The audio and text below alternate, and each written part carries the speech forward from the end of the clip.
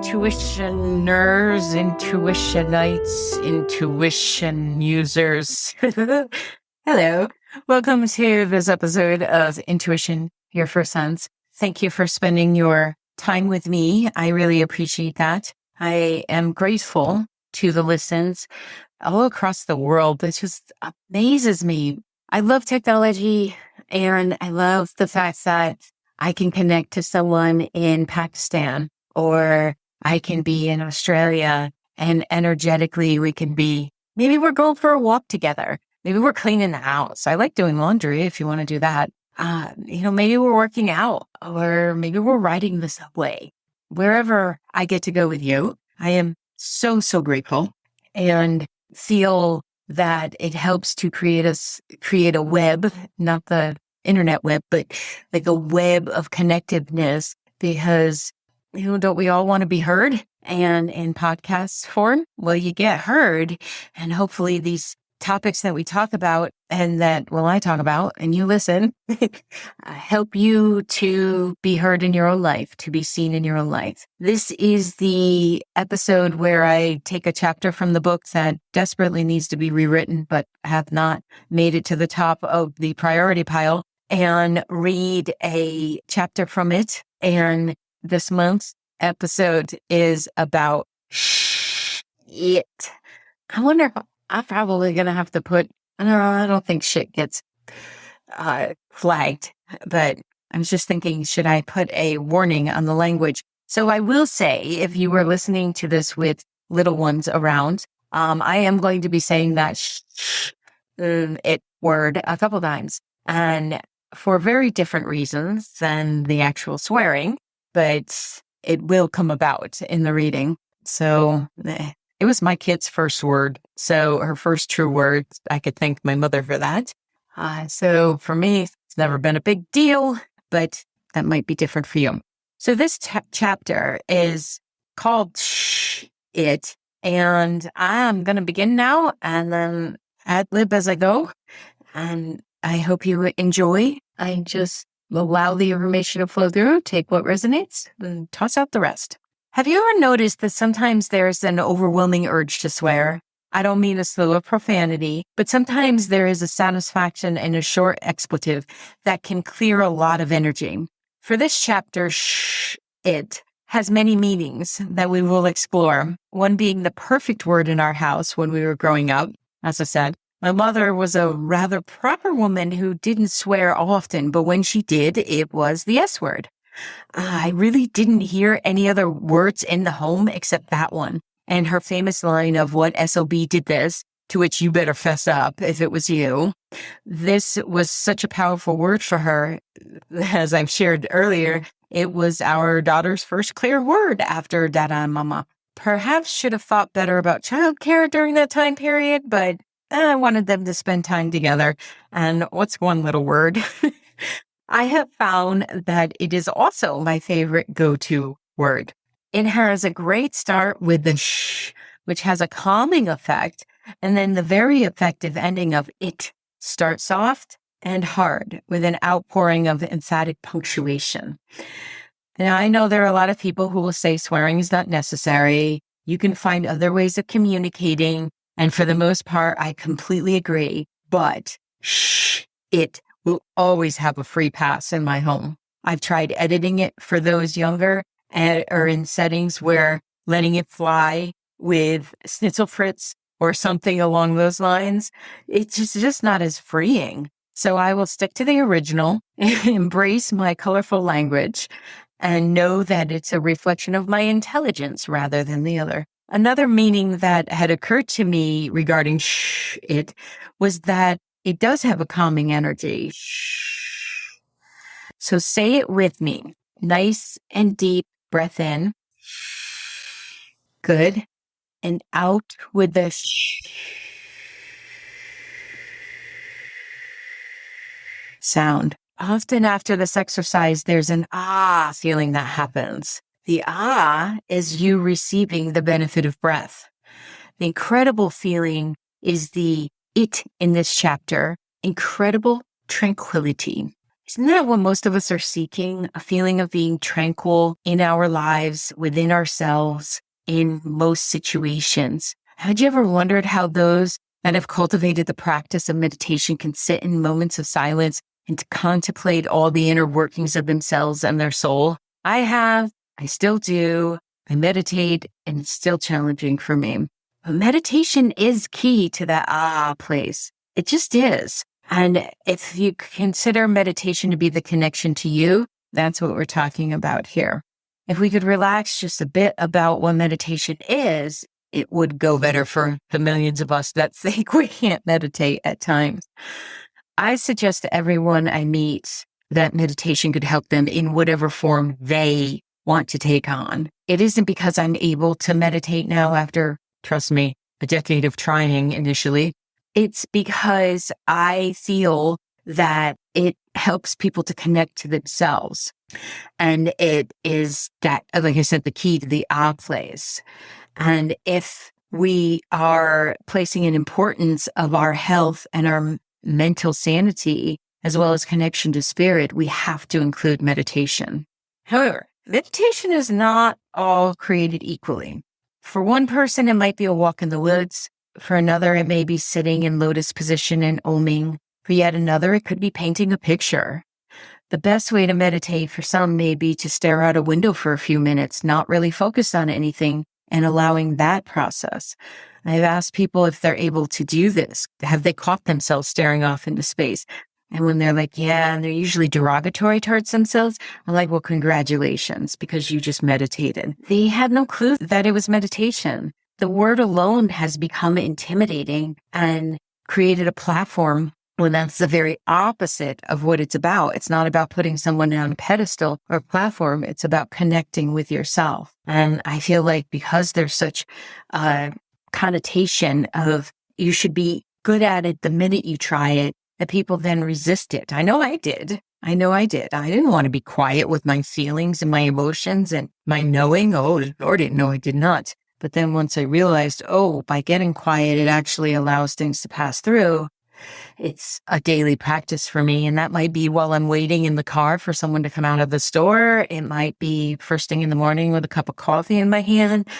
And maybe between sessions, if I feel like the person I'm about to do a call with is feeling anxious, I need to meditate and ground myself first. So it can be intimidating to even think about. And I also want to remind you that it takes practice like anything else. That's why it's called a meditation practice.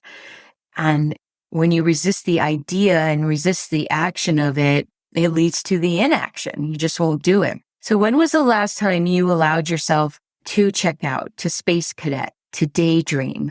I'm not talking about under the influence of any other substances. I'm talking about in your own world. When have you allowed yourself to stare out the window and wonder, or to just let your head go wherever it wants to go? It's very important to allow yourself to do that for that moment of release and letting go of any hold you may have on a situation in your life that's not moving or not moving at the speed that you would like it to. It's the release that you find when your moment is there and you realize it wasn't that far off to begin with, but because you didn't pause, you had no awareness that it was right there. When you meditate more, it brings the ability to take in more, but not in an overwhelming way, in an appreciative way, and in a calming way, actually. A few tips that I've come up with over the years to clear my mind is since my mind used to be as active as, that little ticker that runs at the bottom of the New York Stock Exchange. It runs and it gives all the letters and the numbers that most of us have no idea what they mean. That's what my head looked like inside my head and felt like. So trust me when I say I have tried every avenue of meditation, and I found a few that actually work well. Again, for me, take what resonates throughout the rest, and make this fun. All right. Make this something that you give yourself, not something that becomes another chore to do or you won't do it. There's an app for that. I created an app for developing intuition. I created an app that will help you connect with community. And I created an app where you can take courses at your own leisure and then attend live events with myself and the rest of the amazing people that are connecting within the Vicky B app. You can find this app in Google Play. You can find it in the Apple Store as well. I do hope that you head on over there, download it. Yes, there are in-app purchases, but there's also plenty of content that is complimentary. Thank you so much for being interested in this, and I hope to see you within the app. So, as I've said before, find a window and notice what you see from there. Do you see trees, a skyline, a complete open area full of potential nothingness? Start by marveling in how exactly did all of that get created? What energy could create a leaf? Who built that building? While it may seem counterproductive to introduce questions into a situation where you're attempting no thought, I have found it very beneficial as a sort of redirectional therapy. See where you can go with this, and if you can get to a place where you don't have a follow-up question, where you run out of questions. And then with that, it will allow you to consider the space that's there because there's no follow-up question. We'll just take the space. And then once you do that, you could also try this. I love to count my breath. It's the method that works for calming my brain. It's very simple. It's in every meditation practice recommended. And it's very portable because wherever you're going, you're breathing. So you simply inhale and exhale, clearing your lungs, right? Clear it out. Go ahead and do that. Okay. On the next inhale, count to 4 as you inhale. 2, 3, 4. Then hold for 4, 2, 3, 4. Release with control for 4, 2, 3, 4.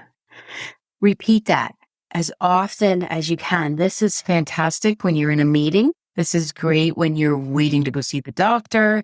You want to lower the blood pressure because it's not always that high. It's great when you have to respond to someone or an email and you just don't know how you're going to do it. But mostly it's just wonderful to clear the gunk out of your lungs, to connect with yourself. And hey, practice your counting. How often do I do that these days?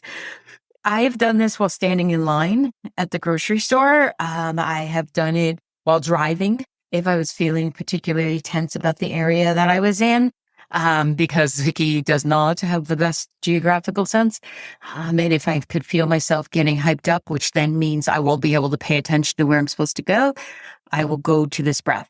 And the count of 4 is plenty. You can extend that if you would like to, but you don't have to. You could stick with 4, 4, 4. You can do 4, 2, 4.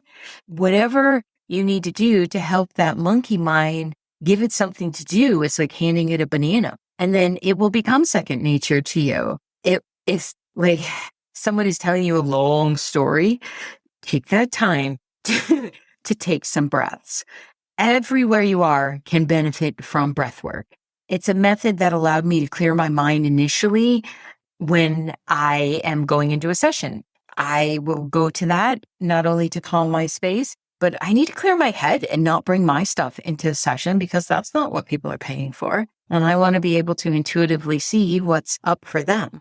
So anytime that you're feeling frazzled and anytime you feel like your shoulders are reaching your ears and they're becoming earrings rather than shoulders, you're welcome to do this anywhere. My mother used to say to me all the time, whatever I say goes in one ear and out the other, Victoria. You know, when they always use your full name, at least your first full name. Oh, man. And she used to say that to me. And I realized one time while I was trying to meditate, that message was going through my head. And I felt like it was a processing of what she was saying to me. And I was getting a little upset because I'm like, I just want some peace and quiet. I just want some clarity here. And then I was like, oh, wait a minute. I am going to use this. She may have been frustrated because I didn't listen or pay attention to what she said, but I used it to meditate. I literally picture the words like on that ticker tape going in one ear and out the other, and they pass through. So when thoughts come up of, why did you do that, Vicki? You haven't finished this. You need to get to that. You didn't answer that email. Blah, blah, blah, blah, blah. All those things. I'm like, no, in one ear and out the other. If you are not here to help me, you may not stay. And in doing that, I've been able to calm my breathing, to also let go of some resentment of having that said to me, but also clear some space between my ears. There are times where I have no thought going on in there. And yes, at first it did concern me. My father did have Alzheimer's. So I was like, oh boy, I have no thought in there. But then I realized our brain is there to keep us alive. There's going to be a thought pretty soon. So that vacancy that's between my ears at that time is a defragging program. So whatever thought comes in goes out, and it goes in one ear and out the other. And because I'm visual, I use that because it helps me. And I do it for about 3 minutes or whatever time it feels breathing wise is appropriate. You can do the same. Listen, this is your breath. This is your process. You do what works for you.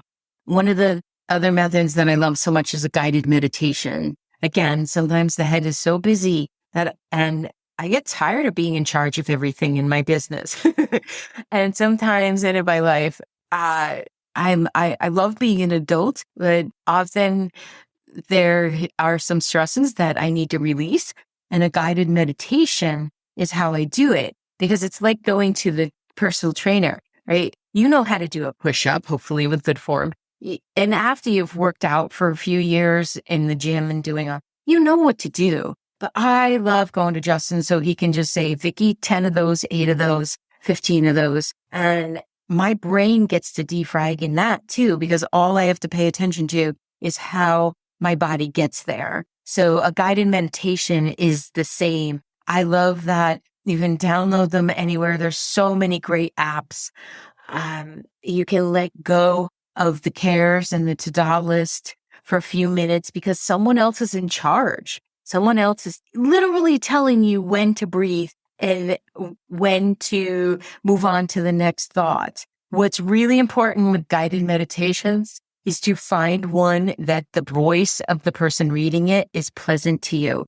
I have purchased some and been halfway into the introduction and my eyes just open and I'm like, no, that is the most grating voice I have ever heard. And how come their friends didn't tell them that this would make the best meditation because that could have saved some money? Now, maybe other people love the sound of the voice, but if you're one who's recording meditations and you have a very deep or sharp or fast way of talking or heavy accent that may not appeal to a large audience, please hire someone to do it. Just listen to someone or hire a voice actor. It's worth it because there is nothing quite as frustrating as taking the time for yourself to calm and get into that space only to have a cheese grater run through your ears. So do your homework. A lot of them you can play an audio sample. In the store we had a demo of every CD so people could sit there and listen and find out, is it a meditation CD? Have you ever done this? You purchase one because it has lovely soothing sounds, and then all of a sudden in the middle, there's this parrot or crow that goes off and you're jolted right out. It's important to do your research. You take a car for a test drive. You want to do that with music and any kind of guided recording as well. Whatever mechanism you come up with to create that and that internal tranquility, take your time with it and also know that it may change over time. There have been many times in my life where sitting and calming and doing the quiet meditation or even guided just didn't work for me. It made me more agitated, but I could get on the spin bike because I'm not going to run into a tree or fall off. And I will close my eyes and just go to a playlist or something. And not only does it work out energy, when I get off, I feel like I meditated. So listen to your own wiring. Your wiring is wonderful. Your wiring is truthful to you. If you listen to it, you will find the thing that connects you into you again. Our brain is wired to keep going, and it really takes its job seriously.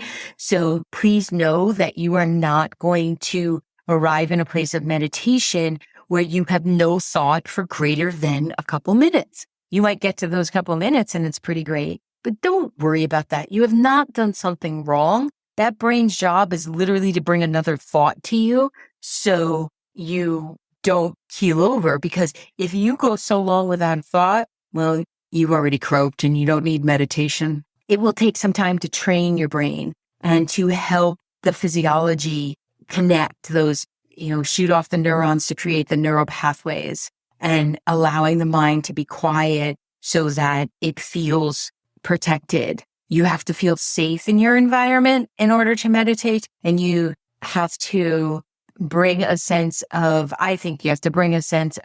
I'm doing this even though it feels weird sometimes. I'm doing this because I really want that calm and that peace that comes with quieting the inner chatter and the external chatter. So I wish you well with this. Please know that it is a lifelong process that's not meant to depress you.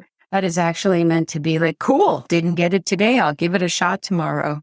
And please make it portable. Take it wherever you go and tune into your breath and you'll do okay. Try a class, download some apps that'll help you. The Calm app is very lovely. There's Inner Brain. There's a couple of them. You. So play around with it.